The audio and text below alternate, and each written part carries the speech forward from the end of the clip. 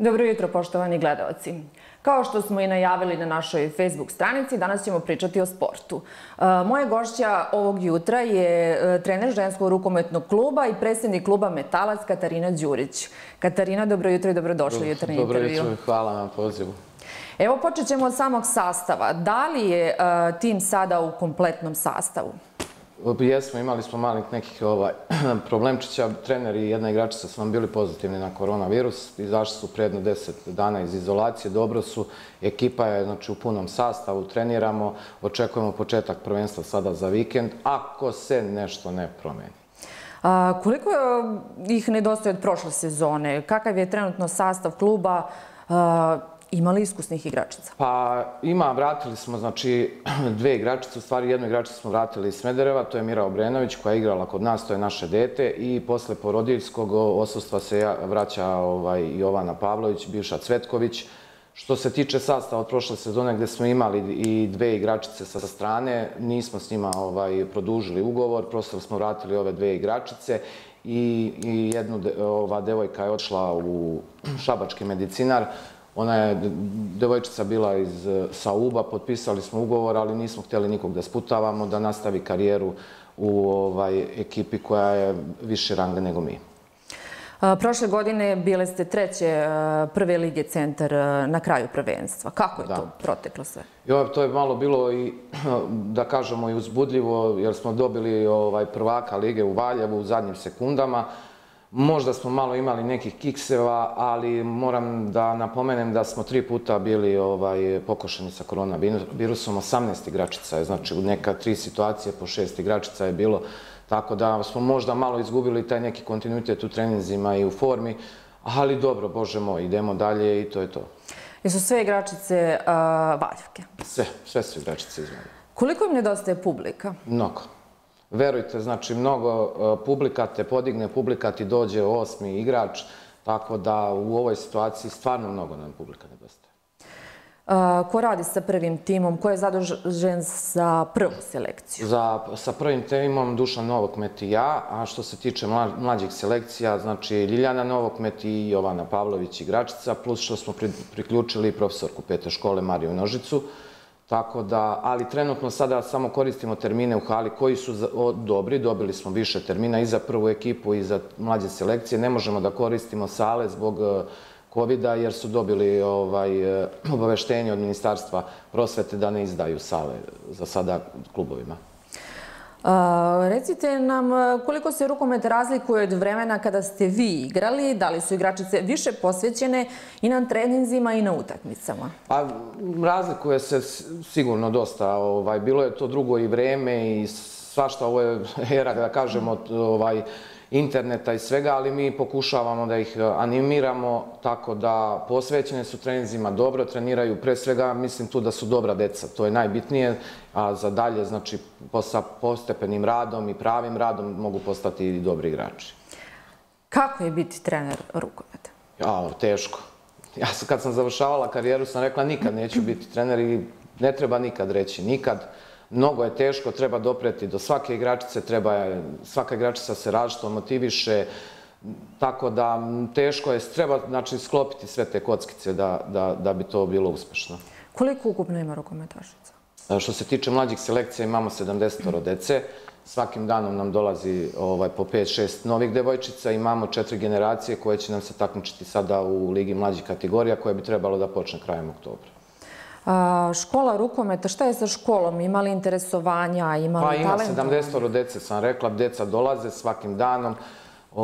Dobro se radi, sad su za vikend imale 3-4 utakmice kao neki mini turnir, igrale, uživale, družile se, vidim da non stop pitaju kad će treninzi, kad su treninzi, tako da mi skoro imamo sigurno za decu jedno 7-8 termina u toku nedelje.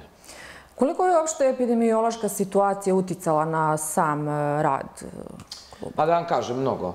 Mnogo, jer dete krene, ode u izolaciju zbog nekog ili se razboli, izgubi taj neki kontinuitet od 15-20 dana, ne možete odmah ni da počnete da trenirate i tu malo se to poremetilo, ali mislim da ćemo, za sad je što se tiče kod nas u redu, nadam se da neće više biti. Ima li dovoljno trenera? Pa ima nas, evo Dušan i ja radimo i sa prvom ekipom i uletimo, što bi rekli nekada da pomognemo i Ljilji i Jovani. Od marta meseca ćemo Jovani platiti školu, znači trenera da i ona bude kao 4. trener licencirani. Eto, tako da mislim da malo gledamo i unapred i da radimo dobro. Prvenstvo počinje za vikend. Gostujete li negde? Gostujemo, prvo kolo gostujemo ekipi sedmerca iz Prijepolja. Ne znamo ekipu, znamo da je bila u borbi za opstanak prošle sezone, jer mi, pošto smo igrali prvu ligu Centar, sada igramo prvu ligu Zapad, gde teritorijalno mi pripadamo. Sad ne znamo sve ekipe, znamo 3-4 ekipe koje su igrale s nama u prvoj ligi Centar. Koji su vam termini za treninge? S obzirom sada je i škola i deca idu u školu, da li se poklapaju termini uopšte? Pa poklapaju se. Uglavnom su to termini prepodne, da dete koje ide popodne u školu može da ide prepodne na trening, a deca koja idu prepodne imaju termine popodne. Prva ekipa ima večernje termine, to su termine od pola 9 do 10 ili od 9 uveče do pola 11.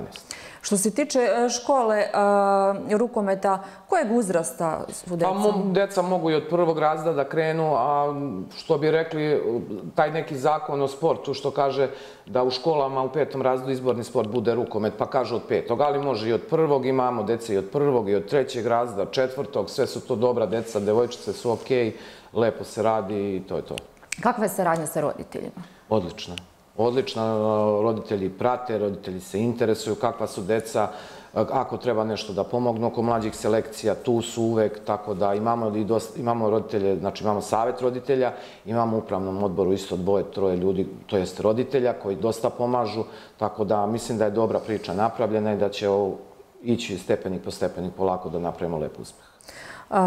Gde nastupate sada? Gde je gostovanje? Gostovanja su nam, znači imamo Prokuplje, Gornji Milanovac, Čačak, Šabac i 2 Loznice i mi. To je liga od 14 klubova, Liga Zapad, koja je podeljena zbog troškova u 2 grupe, grupa A i grupa B.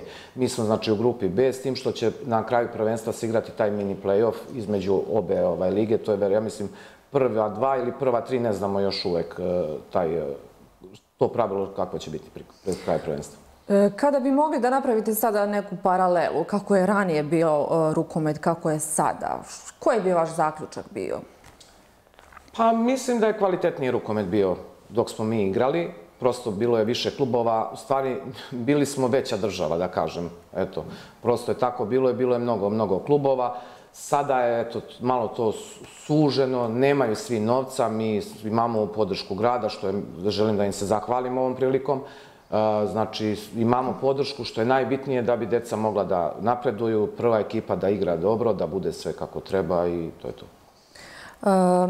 Koji su vam planovi za narednu sezonu? Ove sezone nećemo ništa obećavati, znači prvo da se upoznamo sa ligom, sa ekipama, pa vidjet ćemo. Samo znam da će sigurno da se ostavi srce na terenu, što je najbitnije, a i parola nas trenera u klubu je rad, red i disciplina. Koja bi bila vaša poruka za kraj ovog intervjua? A ništa, deco, dođite što više u većem broju da igramo taj rukomet, da postanete prvo dobri ljudi, pa onda dobri igrači. Hvala vam, Katarina, što ste bili gosti jutarnjeg intervjua. Poštovani gledalci, hvala na pažnji. Pratite nas i sutra u isto vreme. Prijatno.